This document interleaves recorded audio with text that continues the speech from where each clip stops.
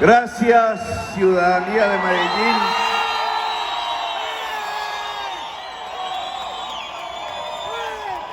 Otra vez nos encontramos bajo la lluvia.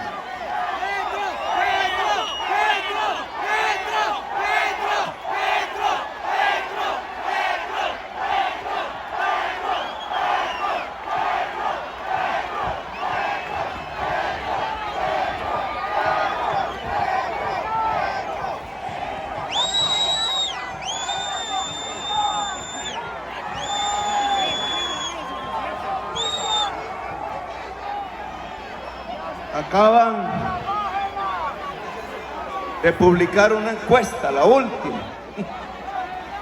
Hoy ha sido un día y ayer de encuestas para más o menos las encuestas guían en el último momento las decisiones de la población que se entera de ellas, algunas bien hechas, otras no tanto.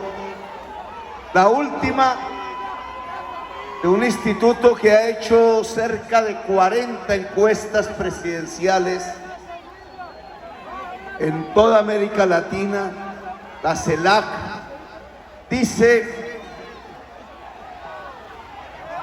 que Fajardo tiene el 5,1%, que Federico Gutiérrez tiene el 21,4%,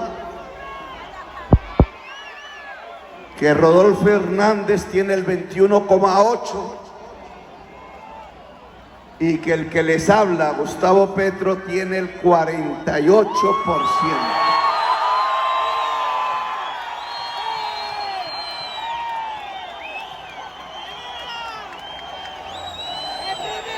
Palabras más, palabras menos, si la encuesta está bien hecha, estamos a punto de ganar la presidencia este 29 de mayo.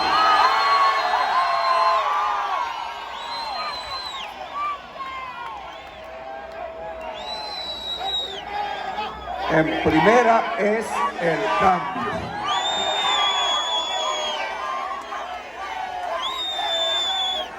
Aquí, y dadas las circunstancias que ya estamos viviendo los últimos días de esta campaña que comenzó en realidad el año pasado, que nos ha llevado a cerca de 80 municipios, no he hecho la cuenta definitiva, con casi todas las plazas públicas llenas de ciudadanías libres a lo largo y ancho de Colombia. Comenzamos este año, recuerdo, por los puntos más extremos de la geografía nacional: Puerto Carreño, Tumaco, Leticia y Nazaret, allá al norte, en el territorio guayú.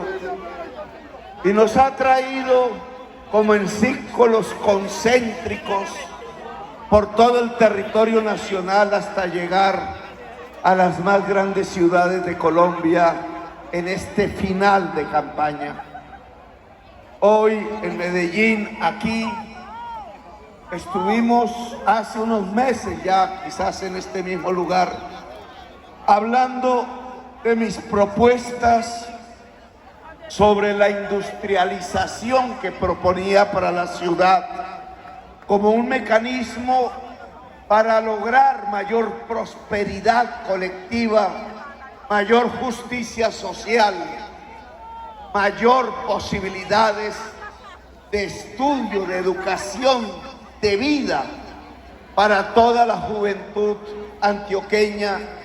Aquí dialogamos de la conectividad, recuerdo, de lo que significaba reemplazar el sistema de gota a gota, usurero, mafioso en realidad, por un sistema de banca pública y de crédito cooperativo que pudiera ayudar a la señora que hace camisas, que hace pantalones, que pudiera ayudar al microempresario, que pudiera despegar a partir del saber, del crédito, de la conectividad de banda ancha, las nuevas posibilidades de la industrialización de la ciudad de Medellín. Dije quizás, y no lo digo ahora,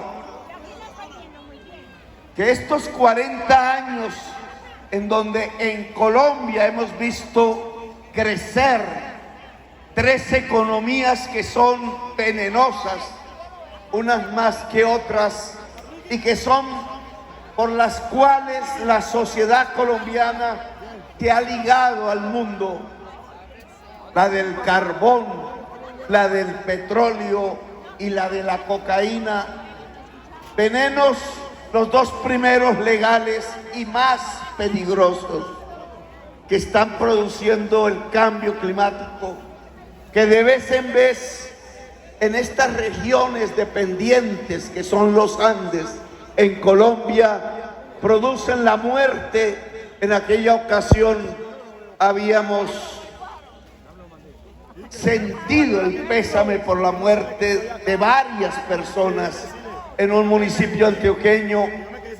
La crisis climática que hace que la humanidad pueda extinguirse definitivamente en el planeta y que nos obliga cuanto antes a separarnos del carbón y del petróleo. ¿Cómo separarnos de 2 productos que han traído cerca de 40.000 millones de dólares al año a la economía colombiana, que los utiliza para importar precisamente lo que pudiéramos producir en Colombia, en Medellín, y generar millones de puestos de trabajo? Decíamos en aquel entonces, pareciera que tuviéramos una economía boba que se dedica a recibir dólares para a cambio matar, ahogar ramas productivas y puestos de trabajo. Y hablamos algo también del tercer producto que se convirtió el año pasado en el primer producto de exportación, la cocaína, y demostrábamos, así lo he dialogado con la prensa norteamericana, con la prensa europea, cómo ha fracasado 40 años de la guerra contra las drogas. Ahora los norteamericanos mueren por decenas de miles de sobredosis de otras drogas diferentes a las cuales perseguían en las décadas que han pasado, y en América Latina ha quedado 1 millón de muertos después de 40 años de una guerra contra las drogas fracasada. 1 millón de muertos aquí, 70.000 muertos allá cada año.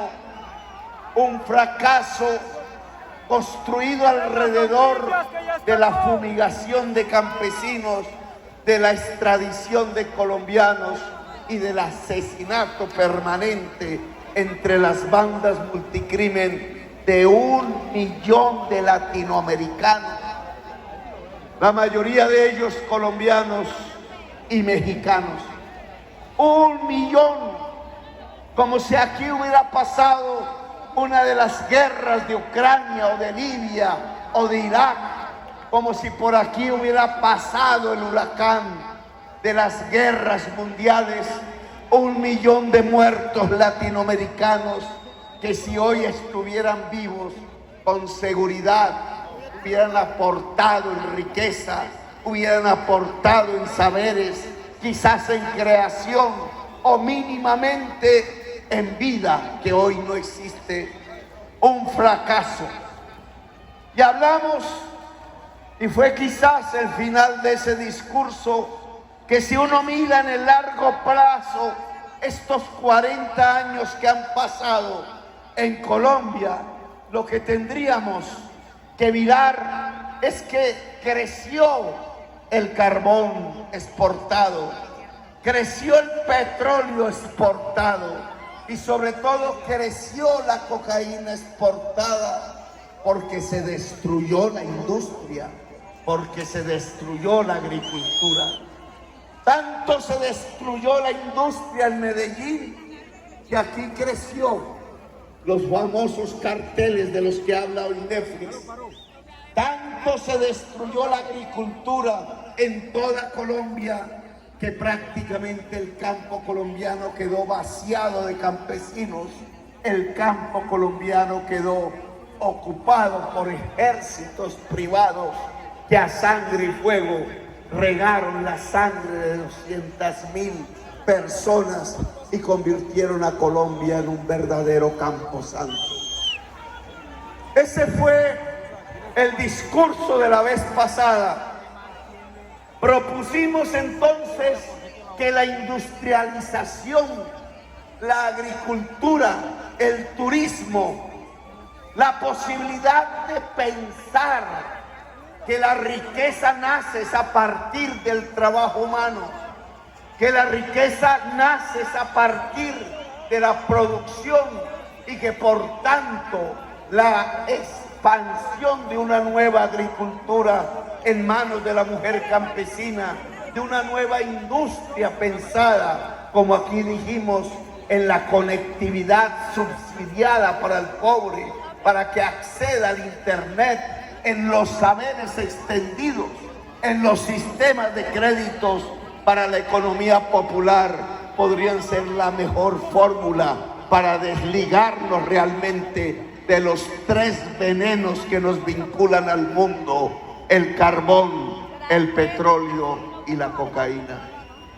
Y hablamos que el trabajo humano cada vez más en el siglo XXI ha dejado de ser muscular y cada vez es más cerebral, que es el intelecto en crecimiento el que está produciendo la riqueza de las naciones, y que la respuesta a cómo superar la pobreza en Colombia, a cómo superar este hambre creciente que anhela el territorio nacional, que la manera de superar la desigualdad social era ni más ni menos la posibilidad de construir una sociedad del conocimiento, es decir, de elevar el intelecto general de la sociedad, la ciencia, la cultura y el arte, a través, en un primer paso, de que toda nuestra juventud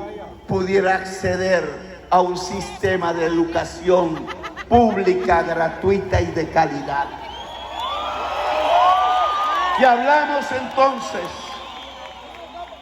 del norte de Medellín, del lugar que precisamente fue abandonado desde el punto de vista de la inversión pública por los gobiernos del imputado. El norte abandonado y que queda atravesado por una desidia de los gobiernos, por una soledad de las juventudes, por una soledad del pueblo trabajador. Hubo un alcalde reciente, el actual, que determinó que la principal prioridad del presupuesto público de la ciudad de Medellín debería girar hacia el norte. En cierta forma coincidimos en que el norte de Medellín debería llenarse de sedes universitarias, que llenar el norte de Medellín de la educación, del saber, de la cultura, del arte, de sedes, de banda ancha, de posibilidades de crédito para la economía popular, podría ser el mecanismo desde el norte para industrializar la ciudad de Medellín. Dio un combate el devolver las empresas públicas de Medellín realmente públicas, impedir que un grupo privado de intereses muy poderoso, eso sí, se apropiara de lo que es público, se apropiara de lo que le pertenece a la totalidad del pueblo de Medellín, incluida su juventud, incluidas sus mujeres, incluido el pueblo trabajador del norte de Medellín.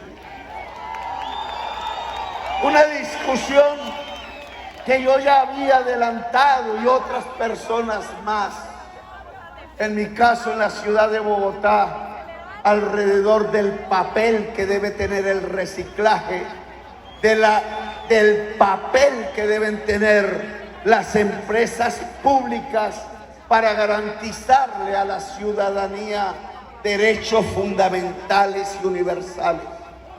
Se creyó que la ley que tenía que imperar en Colombia, que la decisión oligárquica que tenía que cumplirse al pie de la letra, es que las cosas de la gente se volvieran cosas de los poderosos, es que se expropiaran los bienes comunes de la gente, las empresas públicas, el espacio público, la existencia pública, el erario que es público por definición, a manos de las personas más poderosas del país.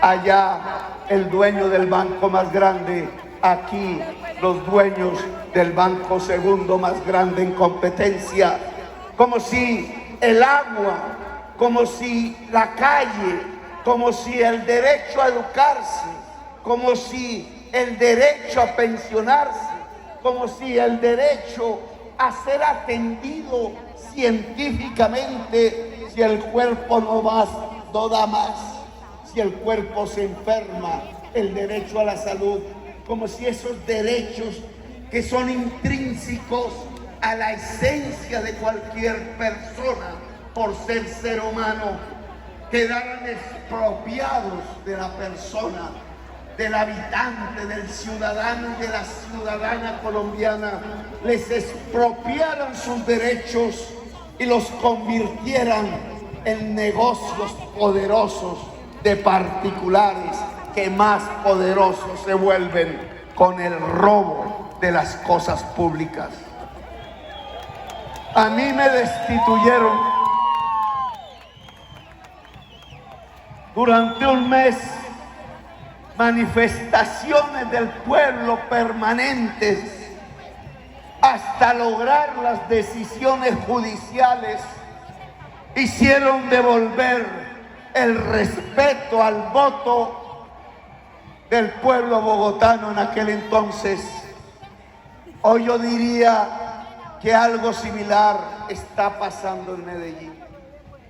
Hoy diría que se quiere expropiar el bien común para volverlo simplemente un negocio de particulares, que se quiere expropiar los derechos de las gentes, que se quiere expropiar la libertad, las libertades, el poder de decisión autónomo y soberano de una ciudadanía que por no coincidir con los intereses de las personas que se creen con el derecho divino de quedarse con la riqueza, de depredar la naturaleza y de depredar los seres humanos, entonces se expropian a los pueblos de sus derechos políticos fundamentales, el derecho a elegir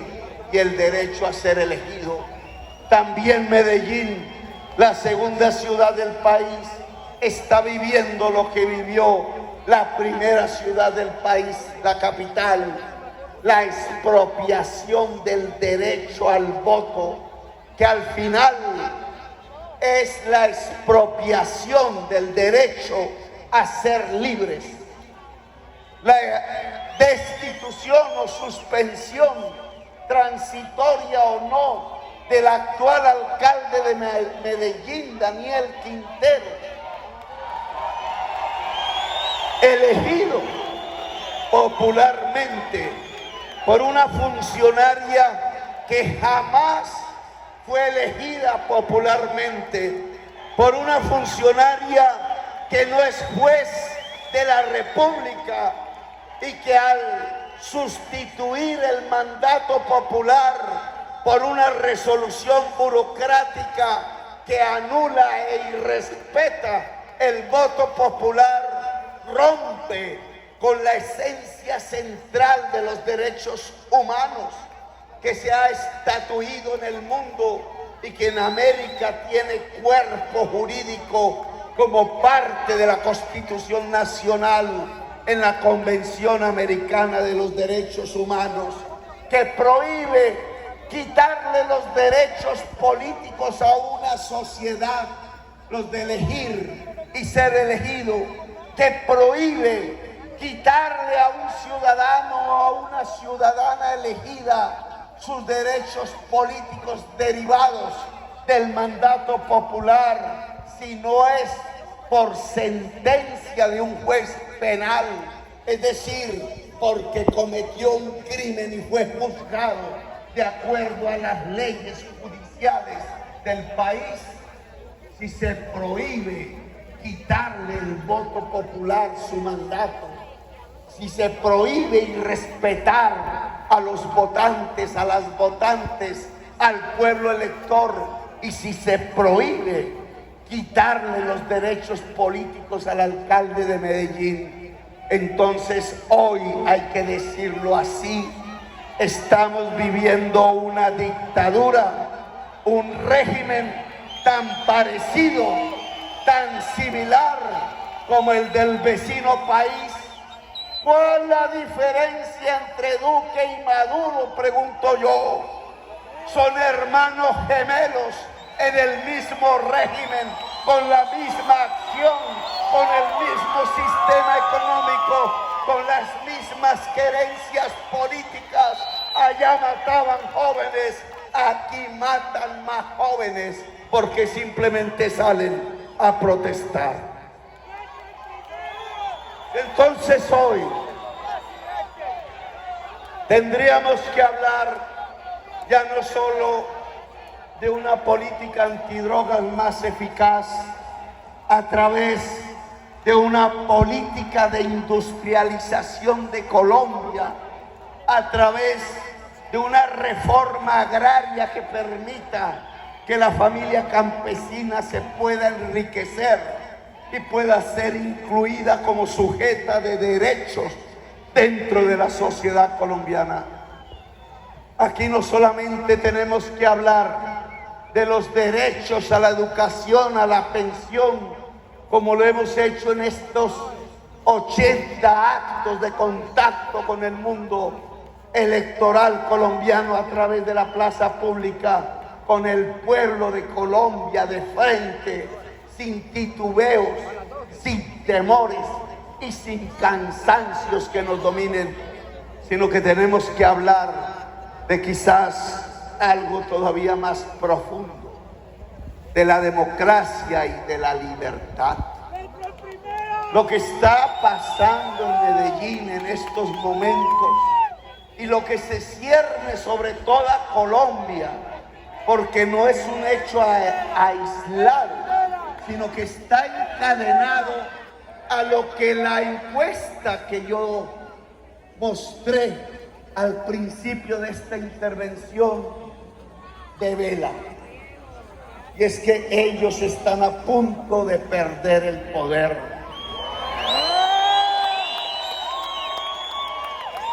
Y creo que esto hay que examinarlo a profundidad. Lo que está a punto de perder el poder es una oligarquía. Un grupo pequeño de personas que se creyó, dicen que son 40 familias en estos 200 años de vida republicana que han pasado, que se creyó con el derecho divino usurpado de heredar el poder entre padres, entre abuelos, bisabuelos, hijos y nietos. Familias que tienen presidentes en todo el linaje y que atraviesan toda la historia nacional. Un grupo pequeño pero poderoso que ha usurpado el poder político en Colombia con una sola intención: enriquecerse, robarse el Estado, asesinar al pueblo. Un grupo pequeño, indolente, que no le interesa si el niño o la niña del obrero, de la mujer que sale a la economía popular a vender arepas o jugos o tintos, tiene desnutrición, se muere de sed, se muere de amor. No les interesa la gente de Colombia, no les interesa en un país tan encantador, una verdadera explosión de la vitalidad, de la vida, que la gente se muera de hambre, que el hambre ya no alcance solamente al 5, sino al 10, al 15, al 20, al 30% de la población colombiana. Un grupo que ha decidido simplemente enriquecerse con el erario, con los bienes comunes. Un grupo oligárquico que está compuesto en realidad hoy de gente incapaz, de ladrones, de rateros, como decía mi abuela y mi mamá. Rateros del erario, rateros de los derechos, rateros de la libertad, rateros con poder. El ratero con poder que se roba lo que es común solo puede llegar al poder a través de 3 mecanismos: o engaña al pueblo, o aterroriza al pueblo, o compra al pueblo. Los 3 mecanismos que han puesto a circular en estas elecciones que están a punto de terminar. Engañar al pueblo diciéndole a la señora con necesidades básicas insatisfechas que es que Petro le va a quitar el subsidio de Familias en Acción, 160.000 pesos al mes, cuando lo que hemos dicho es que vamos a subirlo al salario mínimo, que entregado a la mujer cabeza de familia, madre de hijos en la primera infancia, nos pudiese permitir que tanto la mujer como los hijos pudieran salir de la línea de pobreza y que los hijos, los niños, las niñas pudieran tener leche y pan, pudieran tener la alimentación que les permita no comerse el cerebro como le sucede a los niños desnutridos, por medio del cual además pierden al comerse el cerebro internamente la capacidad normal de pensar de manera irreversible. Yo le decía al país, es que estas estadísticas del DANE que nos muestran que 1 de cada 5 niños menores de 7 años tiene hambre en Colombia, lo que está produciendo es que al perder la capacidad del pensar de manera irreversible, lo que estamos es condenando el futuro de la nación. Esos niños y esas niñas serán la nación colombiana dentro de 20, dentro de 30 años. Y lo que ha hecho este gobierno de hoy, lo que ha hecho esta sociedad de hoy quizás, es permitir que la nación colombiana entonces en 30 años no tenga la misma capacidad de pensar que cualquier otra nación del mundo. Es decir, que se nos vaya por entre los dedos de la mano el concepto mismo de la nación. Engañar al pueblo para perpetuarse en el poder y seguir matando de hambre al pueblo. Engañar al pueblo diciéndole, por ejemplo, que vamos a quitar las asignaciones de retiro de la policía, cuando lo que queremos es que públicamente los indicadores de la seguridad no tengan que ver con bajas y con muertos, con jóvenes asesinados en las calles y en las veredas de Colombia, sino que los indicadores de seguridad tengan que ver con cuántos jardines infantiles abrimos, con cuántas escuelas abrimos, con cuántas sedes universitarias abrimos en todo el territorio nacional, con cuántas viviendas el gobierno le entregó a los agentes de policía o a los soldados de la patria, a cuántos que quedaron heridos realmente los condujo a tener una vida digna después de las heridas. Los indicadores de la seguridad, para que sean eficaces, tienen que ser indicadores que cuenten vidas y no que cuenten muertos. A lo largo y ancho del país he tratado de demostrar que la seguridad de Colombia, que las posibilidades de la paz, que el que una madre pueda dejar que su hija salga y tenga tranquilidad cuando aborda un bus, cuando camina una calle oscura, o su hijo cuando sale al barrio a estudiar o a buscar el qué hacer y que no regrese en ataúd. Esa seguridad que necesita la madre en Colombia, que necesita la sociedad en Colombia, se mide no en muertos, se mide en vidas.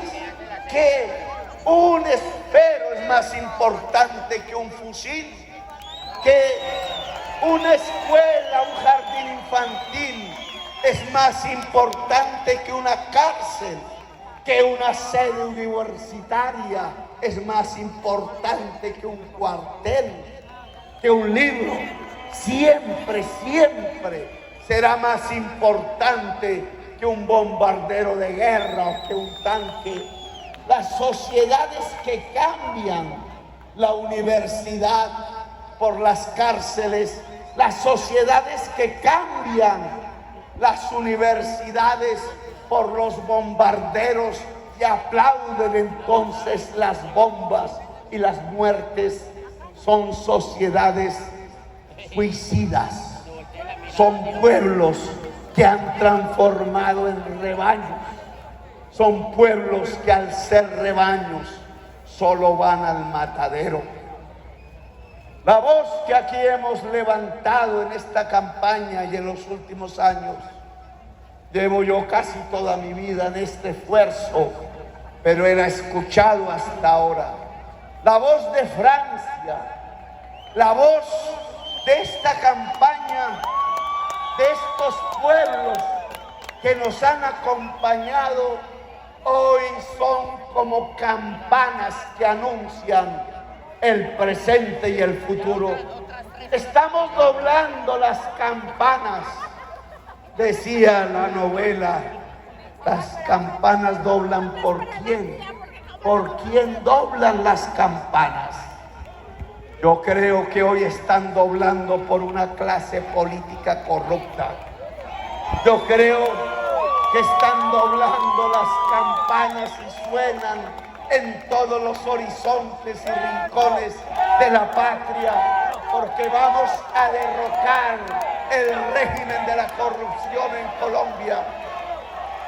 Yo creo que las campanas están doblando por una clase política que no va a seguir gobernando a Colombia, porque le llegó el momento de gobernar al pueblo. Yo creo que las campanas doblan en Colombia por el hambre, por la injusticia social, por la desigualdad. Yo creo que las campanas doblan en Colombia por la guerra, porque vamos a hacer trizas la guerra en Colombia. El cambio que proponemos este 29 de mayo tiene que ver con recobrar la libertad. Esa palabra que hemos olvidado pensando que es que la tenemos. Miren, pueblo de Medellín, qué tan falsa era la creencia de que vivíamos libres cuando una señora adicta al gobierno de Duque le quita al alcalde que eligió el pueblo. ¿Cuál libertad? ¿Cuál poder de decisión? Si el poder de decisión no coincide con el querer de los poderosos, entonces no son los poderosos los que cambian de opinión, sino que son los castigos sobre el pueblo lo que se produce quitándoles sus derechos fundamentales, su libertad. Los que hoy tienen el poder quieren quitarle la libertad a la gente, la libertad de crear estudiando lo que se les dé la gana, la libertad de trabajar teniendo las condiciones para poder trabajar, como el crédito, como el saber, como el espacio, sea virtual, sea real, como la tierra y el agua, si es que estamos en el campo. Lo que hoy estamos observando es una clase política asustada. Están asustados, fíjense, asustados, no porque les vayamos a hacer algún daño, porque nosotros no respondemos como ellos sí lo hicieron. Nosotros no chuzamos teléfonos. Gutiérrez está equivocado. Qué aburrido sería escuchar las conversaciones políticas de Gutiérrez, habiendo tantas cosas interesantes que leer. Están asustados. Nosotros no nos vamos a vengar, lo dijimos una y otra vez. No vamos a hacer lo que ellos nos hicieron. No vamos a perseguir sus familias. Todo ciudadano o ciudadana que haya votado por Uribe en este siglo, o por el que dijo Uribe, o por el que ahora va a decir Uribe, que parece ya no va a ser el exalcalde de Medellín, no va a ser perseguido por nosotros. Van a ser respetados en sus bienes, en sus vidas, en su dignidad. Si quieren ser la oposición del gobierno del cambio por la vida, serán protegidos, serán cuidados, serán escuchados cada vez que quieran hablar. Jamás a una manifestación de la oposición le enfrentaremos el SMAT para que apunte directamente a los ojos y mutile a los jóvenes o a las personas que allí pertenezcan. Jamás los conduciremos a las cárceles si se ganan las alcaldías de tal o cual ciudad. Respetaremos la decisión popular, así esos alcaldes piensen de manera diferente a nosotros. Nosotros hicimos la Constitución del 91 y allí construimos un concepto que queremos volver realidad en la historia de Colombia, el concepto del Estado Social de Derecho.